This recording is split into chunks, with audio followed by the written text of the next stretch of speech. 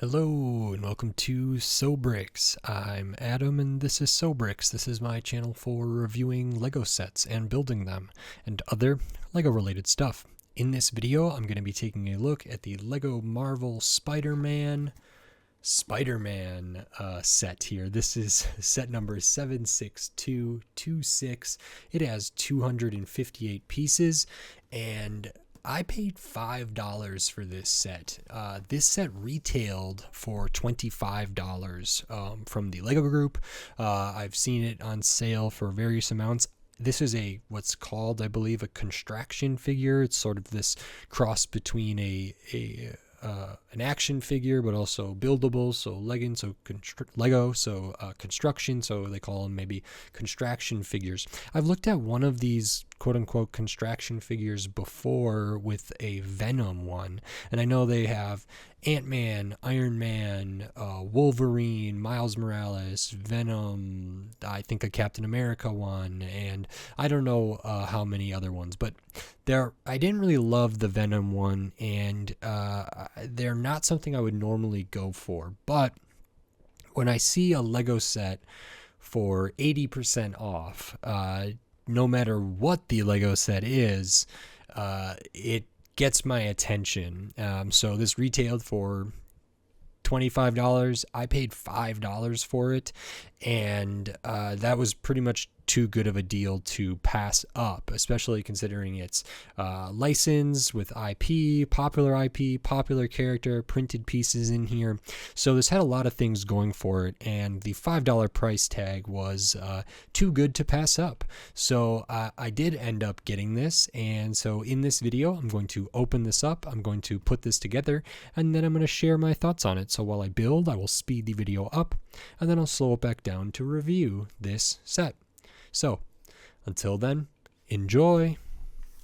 Okay, so while we look at the builds for this Lego Marvel Spider-Man Constraction figure, I wanted to say thanks for watching, and then remind you, if you like this video, quickly thumbs up. If you like my other videos, click the subscribe button. That helps me a lot. So, we start off with this build kind of working on the torso section, and it's pretty straightforward. I haven't done too many Constraction figures, but it was somewhat familiar, and none of the building techniques were especially unique or difficult. There is a little bit of repetition, like at this portion of the legs, the calf area there, those are identical, so I built them at the same time. The feet are almost identical, and these looked a little strange to me, so I did have to double check I was building them correctly. And as you can see, we add kind of the arms, the elbows, add the hands there, and then we move on to building the head, and then I also attach some of the web blast stuff. So that is it for this, and now on to my review for this set. Okay, so that is this Lego Marvel Spider-Man Constraction figure set. Yeah, Constraction figures are not really my favorite. I tend to prefer, I don't know why I'm comparing them, but I think there is some similarities and some differences that make it worthwhile to compare. I prefer mechs, partly because they come with a minifigure. They do have some similar kind of playability in my mind, and I just tend to like them better. And I do have like some of the newer Marvel mechs that have come out in 2024 that I'll be looking at in the near future on this channel. And I think they've done Spider-Man ones in the past. I'm not positive. And, you know, I think that's very fun to play with. You know, good stuff there. This is not really for me. I think this is supposed to be competing with a type of action figure that is, I don't know what they call them, like, you know, 11 inches, you know, there might be 11 inches tall or 12 inches tall or something like that. And I don't think this is really great there. I think I would prefer having just an action figure, even though I'm not really an action figure person. So if I was going to do Lego, I think I would prefer a mech here. But other than that, you know, there's some stuff to look at, so we'll get right into it. Unlike a mech, though, this doesn't have any minifigures, so we just have what's in front of us here to look at. And the build was kind of interesting. I think there is some good things here, and when you start building this, there's only 2 bags of pieces, 3 if you include the web kind of splat elements that come pre-packaged. And you start by building the torso and the kind of thigh areas here. So I actually liked how the torso was coming together. I think overall the shaping is pretty nice here, kind of like pretty narrow, only 4 studs wide at the hips and the waist. But then I thought these cheese wedges here going out to these kind of rounded slope pieces to get to like the chest and the shoulder area, making it a bit wider. I think it looks pretty good. I think it's not proportional. The proportions of this model overall feel a little bit strange, and you do make well, first you kind of start with just the torso and then you add the hips. So I can separate that there, which means we do have hip rotation here, but we can't bend forward and backward at the hip. And I'll go through more of the articulation and how this can be posed a little bit later here. But one of the things that I did appreciate from this, especially considering the deal that I got this for, is the prints. So there's no stickers in this set. Do have a printed face piece here on kind of a special molded piece there, printed kind of piece here that I feel like reminds me of like vehicle builds, which has half of the spider, then a Nexonite shield with the other half of the spider there, Nexonite shield here, and then moving down below that we have a couple slope pieces here that are also printed. So I think that's pretty nice. I actually think some of these Nexonite shields in this piece could be used in other Spider-Man type builds. Same for this one here, like adding to Spider-Man vehicles and different stuff. So very happy to get those printed. If we look at the back, we can see kind of what's going on back here, using some like inverted slope pieces here with the studs on top, different stuff there to kind of round it out. It does feel like they paid a little bit of attention to the back of this, because like this red inverted tile is there purely for aesthetic reasons. It doesn't serve any real function to hold other pieces together. It doesn't overlap anything particularly. So that is that. And then you do build the thighs. These are built the same, largely just flipped, and these I actually liked too. I thought it was a nice use of these kind of slopes with the points there to kind of cover up some of the joint action. I thought the kind of studs on the side stuff there was good. They do have the ratchet kind of joints there that can go back and forth. They can also splay out, so that's good to see there. And then we start working on the legs. And again, the legs and the calf area, those are identical. They're not even flipped around. So I just built those at the same time. I do have some plain Nexonite shields on the outside and the inside. I think the color blocking on this is pretty good. We do have the little bit of like the inverted tile piece there used for kind of some knee pads areas. Those can be moved around, and we can see what's kind of behind there, which is the Technic joint that has the axle going through the ball joint. So these can't really go side to side too much. They cannot turn at all at the knee. They can bend. They can go forward a little bit, not a ton. They can bend, almost all the way back though, which is pretty good. And then these kind of knee pads can kind of help cover up some of the gray, the black, some of the different pieces down there. So that's pretty nice. I think the scale of the calves compared to kind of the quads or the thigh area here is not great, but also not terrible, and that's just something to consider. And then we have the feet. The feet are identical, just reversed, and these were really weird to me. I don't remember the Venom feet too well, and I no longer have that model, but these were weird. They're not especially wide, maybe a brick plus wide at their widest. I thought it was interesting that they had the anti-studs or the bottom of these plates on the outside. Same over here, instead of having the studs on the outside. I think I would have preferred that. Something's just weird about having these anti-stud bottom of plates kind of so visible because they're on the outside there. These use these same kind of joints with the axle through the ball there, so these can move a little bit, can't move a ton forward and back, can't really turn.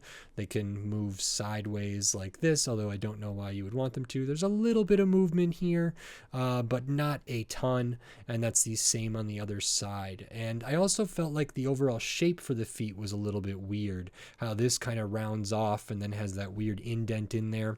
Not my favorite for those, and they're not especially stable given the amount of articulation that's in here. Moving on to the arms, these are built, again, largely the same, just reversed. We do have some of these kind of elbow joint pieces here, hinge pieces there. You use two of them on that side. Again, color blocking I think is pretty well chosen for this. Do have some blue Nexonite shields there, and those are attached with ball joints. Now, these ball joints also have the axle going through them into the body, but these pieces do connect to the joint and can be rotated all around, can go up and down, can't really go front to back unless it's rotated a little bit. So they can reach out in front, they can reach up above, go to the side, go to the side, go to the front. They do have a good range of motion there. And then you add in kind of the elbow joint, and you have the wrist joint there, which is a mixel joint. So the hands can be rotated all around. They can be flipped up, flipped down. And so you can get this into poses that mimic Spider-Man's web shooting kind of action here, which is nice. They do have a clip there, which allows for these white web splat elements to be attached to the hands, and it can kind of look like Spider-Man is launching webs out of their hands or out of their device that they attach at their wrist level or something like that. So I actually think the arms have a good amount of range of motion, a good amount of articulation there. They can be posed in interesting ways for the most part. The shoulder kind of pads, pauldrons here are okay. They move decently well, get out of the way, get out of their own way, which is always something to consider when moving the arms around. It's nice they don't really get caught on anything to prevent them from moving in any real major ways that I can tell. And then we have the head, again, this kind of unique printed piece here.